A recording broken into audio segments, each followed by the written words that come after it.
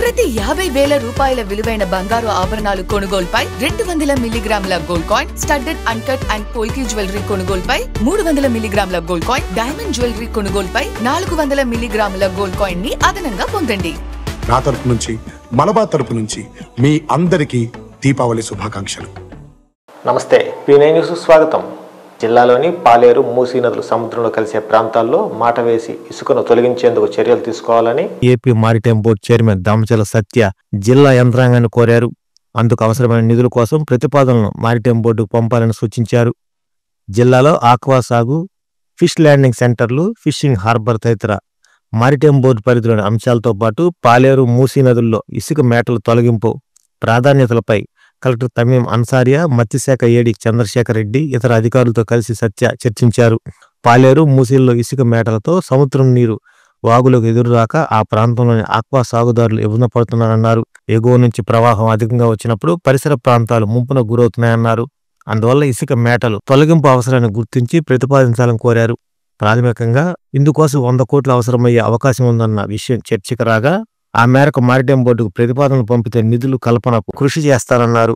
పాకలలో 5 కోట్లతో fish landing centre ఏర్పాటుకు చర్యలపై మారిటైమ్ బోర్డు చైర్మన్ సమీక్షించారు.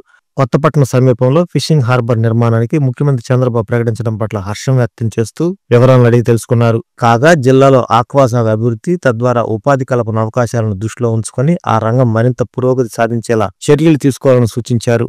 నాణ్యమైన పంట ఉత్పత్తులపై రైతులకు అవగాహన కల్పించాలని కోరారు. సెలెక్ట్ చేసినది ఇప్పుడు చేయాలి వాళ్ళకి టెక్నికలీ అది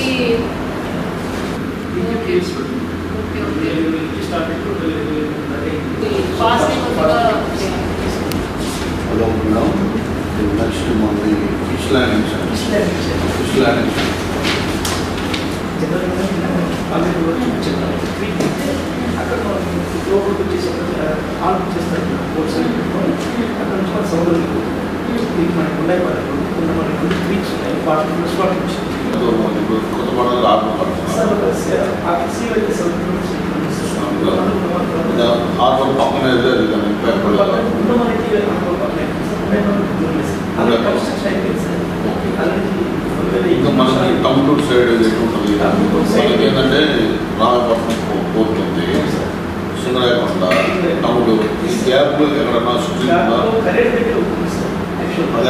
ప్రకాశం జిల్లా కలెక్టర్ గారితో మ్యారిటైమ్ బోర్డు సంబంధించి రివ్యూ జరిగింది.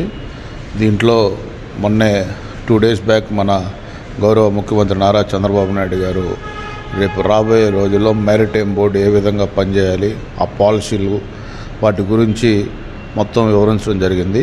అది మన జిల్లాకి ఏ విధంగా ఉపయోగపడుద్దో ఈరోజు కలెక్టర్ గారు దానికి సంబంధించిన అధికారులతో ఒక రివ్యూ పెట్టడం జరిగింది.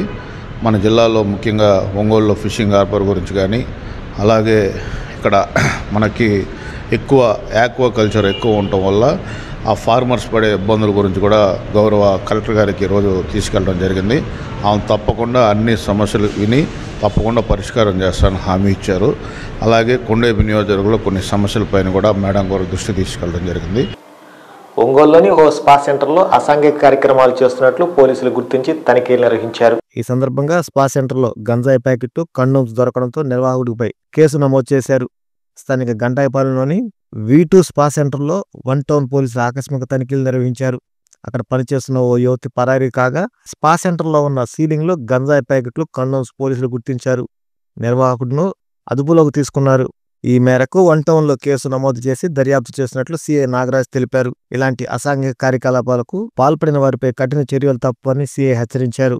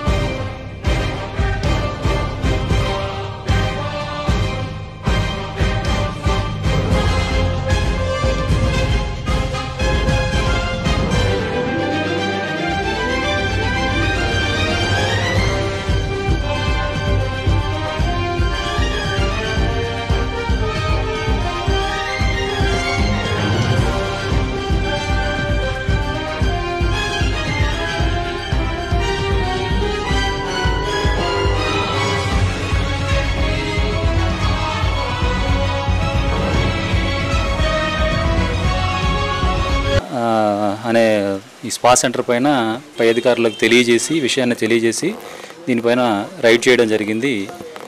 దీనిలో జనరల్గా స్పా సెంటర్ అని చెప్పేసి అంటే మనకున్న గైడ్లైన్స్ ప్రకారం మగాళ్ళకి ఆడవాళ్ళకి ఏదైనా మసాజ్ చేస్తారు. కానీ ఇక్కడ ఇల్లీగల్గా జరుగుతుందని చెప్పేసి మనకు తెలియడంతో ఈ స్పా సెంటర్ పైన రైడ్ చేయడం జరిగింది.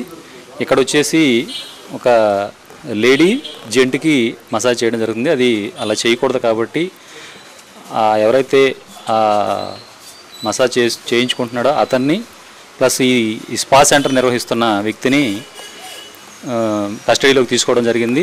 అంతేకాకుండా ఇక్కడ ఏమైనా ఇంకా వేరే ఇల్లీగల్ యాక్టివిటీస్ జరుగుతున్నాయా అని చెప్పేసి వెరిఫై చేస్తుండగా ఈ చుట్టూ ఈ స్పా సెంటర్లో ప్రాంతాలను వెరిఫై చేస్తూ ఉండగా కొన్ని కాండోమ్ ప్యాకెట్స్ దొరికినాయి. దాంతోపాటుగా ఒక గాంజా ప్యాకెట్స్ కూడా ఇక్కడ దొరకడం జరిగింది. అంటే ఇవన్నీ కూడా కలిగి ఉండటం ఇల్లీగల్ కాబట్టి సదరు ఎవరైతే స్పా సెంటర్ నిర్వహిస్తూ ఉన్నారో అతనిపైన చట్టపరంగా చర్య తీసుకోవడం కోసం అతనిపైన కేసు నమోదు చేసి ఫర్దర్గా అతనిపైన చర్య తీసుకోవడం జరుగుతుంది. కార్తీక మాసం మహాశివరాత్రి సందర్భంగా స్థానిక కొత్తపట్నం బస్టాండ్ సెంటర్లో గల శ్రీ గంగా పార్వతీ సమేత రాజరాజేశ్వర స్వామి వారి కళ్యాణం కన్ను పండుగగా సాగింది. ఈ కళ్యాణానికి ఒంగోలు ఎమ్మెల్యే దామచల జనార్దన్ హాజరయ్యారు. భక్తులు అధిక సంఖ్యలో పాల్గొని స్వామివారి కళ్యాణాన్ని తిలకించి తీర్థ ప్రసాదాలు స్వీకరించారు.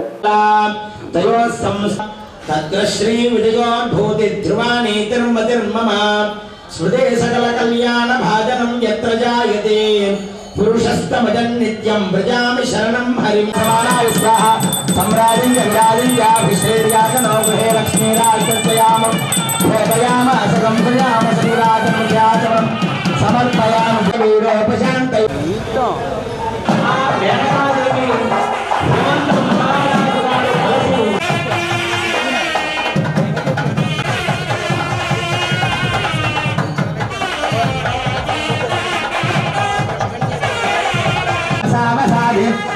చిత్రమంతవో హసర్గా అవాదృ విశ్వదేన మిత్ర కరుణాసే ఓం నమః శివాయ ఓం నమః శివాయ ఓం నమః వేదమానసే ఆయురాశాస్తే సుప్రదాస్తమాశాస్తే ఆస్తే దివ్యం ధామాశాస్తే యహగదర్వామస్యేదంచ నమ వరదయేన వర్ధయంతే శతమేనమేవ సదాత్మానం భవతే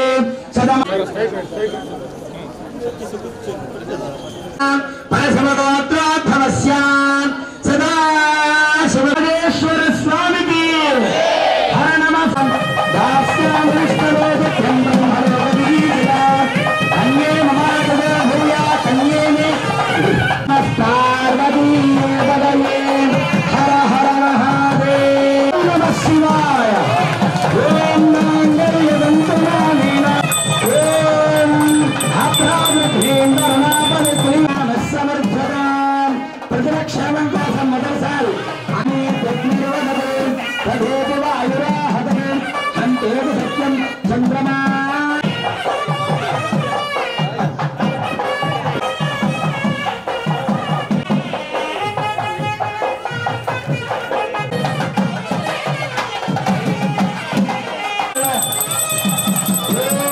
డిసెంబర్ 1న స్వర్గీయ మాగుంట సుబ్బరామరెడ్డి 29వ వర్ధంతి కార్యక్రమం ఘనంగా నిర్వహిస్తున్నట్లు మాగుంట అభిమానులు తెలిపారు. Ongole PVR municipal high school ఆవరణంలో జరిగే కార్యక్రమ ఏర్పాట్లు పరిశీలించారు. ఈ కార్యక్రమంలో అయినాబత్తిన ఘనశ్యామ్, తాతా ప్రసాద్ తదితరులు పాల్గొన్నారు.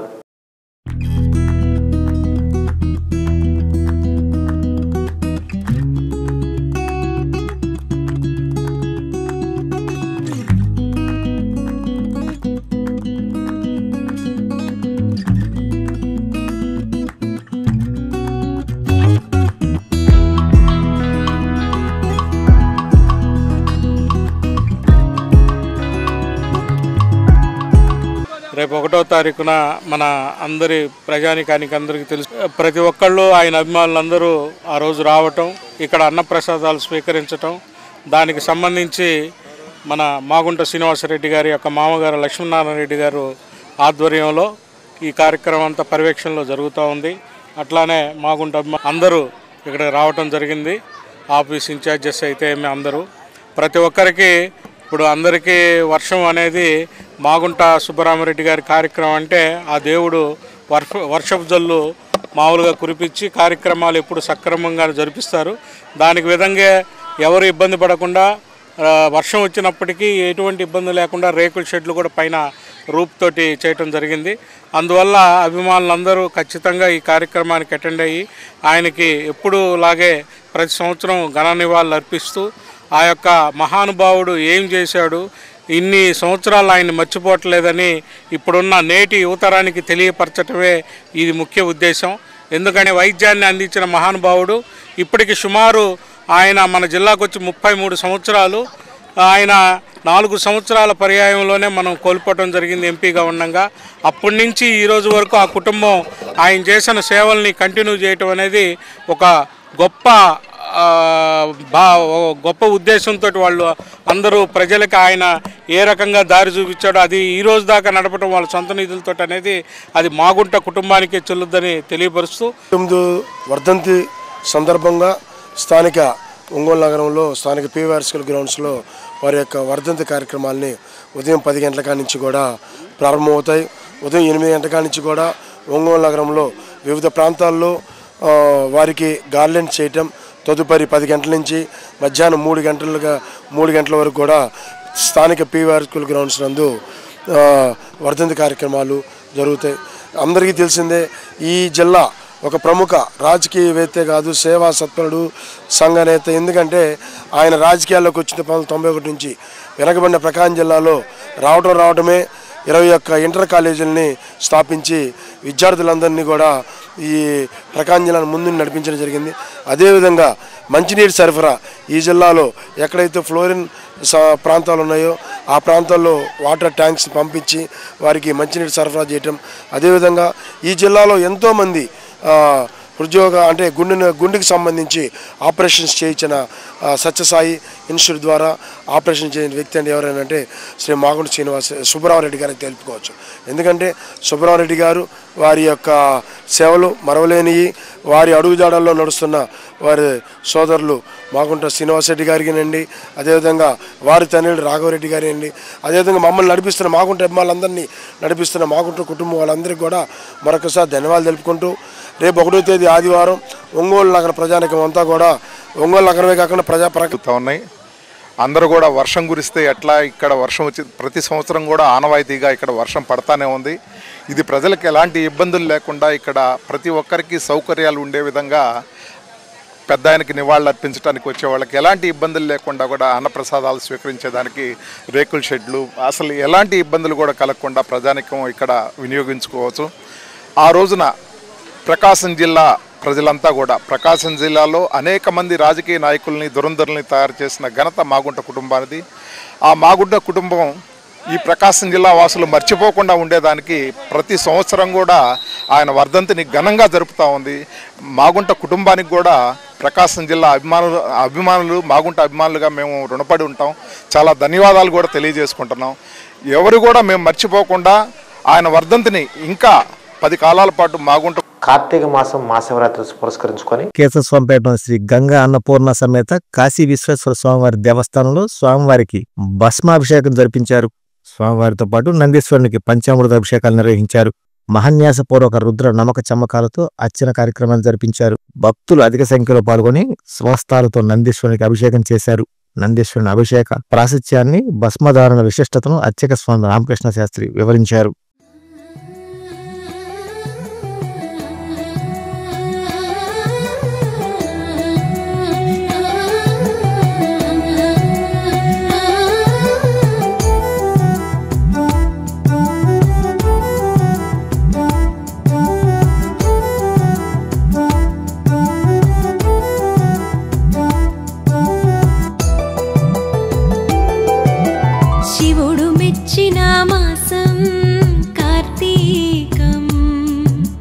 కేశవుడు నచ్చిన మాసం కార్తీకం,